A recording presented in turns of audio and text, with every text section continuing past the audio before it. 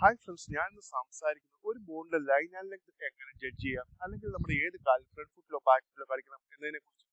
അതായത് ഒരു cricket പിച്ചിന്റെ length എന്ന് പറയുന്നത് 22 yards അഥവാ 20.12 മീറ്റർ ആണ്. അതിനകത്ത് ഒരു ഷോർട്ട് ഓഫ് ദ ലെങ്ത് എന്ന് പറയുന്നത് 10 to 8 മീറ്റർ, ഒരു ഗുഡ് ലെങ്ത് എന്ന് പറയുന്നത് 8 to 6 മീറ്റർ, ഒരു ഫുൾ ലെങ്ത് എന്ന് പറയുന്നത് അതായത് 6 to നമ്മുടെ സ്റ്റംപിന്റെ ലൈൻ അഥവാ നമ്മുടെ സ്റ്റാൻഡിന്റെ ലൈൻ.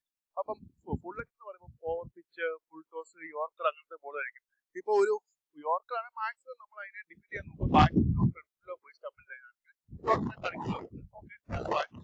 ഒരു ഓവർ പിച്ച് പോയി ഡ്രൈവ് ചെയ്യുക, അല്ലെങ്കിൽ സ്ട്രേറ്റ് ഡ്രൈവ് ചെയ്യുക, സ്ട്രേറ്റ് ആണെങ്കിൽ, അല്ലെങ്കിൽ നമ്മൾ ഓൺ ഡ്രൈവ് ചെയ്യുക, അങ്ങനെ ചെയ്യുക. അപ്പം ഒരു ഗുഡ് ലെഗ് ബോൾ ആണ്, ഇപ്പൊ സച്ചിനെ പോലെ ഒക്കെയാണ് ഗുഡ് ലെഗ് സ്റ്റംപിൽ ലൈനാണെങ്കിൽ അവർ ട്രൈ ടു ഡിഫെൻസ്, അല്ലെങ്കിൽ അവര് കട്ട് ചെയ്ത് കളയും. അല്ലെങ്കിൽ ഇപ്പൊ വിരാട് കോഹ്ലി ആണെങ്കിൽ ഒരു ഗുഡ് ലെഗ് ആണെങ്കിൽ പോലും അതേ ഫ്രണ്ട് ഫുട്ടിൽ പോയി കൂൾ ആയിട്ട് ഡ്രൈവ് ചെയ്യാറുണ്ട്. അങ്ങനെ അത് ഒരു ഷോർട്ട് ഓഫ് ലെങ്ത് ബോൾ ആണെങ്കിൽ ട്രിക്കി പോയി നേരെ ബാക്കിൽ പോയിട്ട് പുൾ ചെയ്ത് കളയും. പിന്നെ ഇപ്പം ചെസ്റ്റിന്റെ എബോവ് ഹൈറ്റിലേക്ക് പോകുന്ന ബോൾ ആണെങ്കിൽ രോഹിത് ശർമ്മയ്ക്ക് ഹുക്ക് ചെയ്ത് കളയുക. അങ്ങനെയാണ് നമ്മൾ ഒരു ബോളിനെ നമ്മൾ ഐഡന്റിഫൈ ചെയ്യുന്നത്.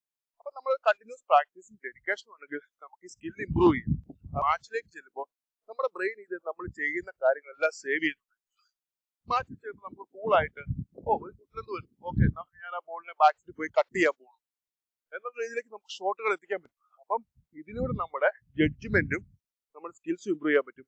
Thanks for watching.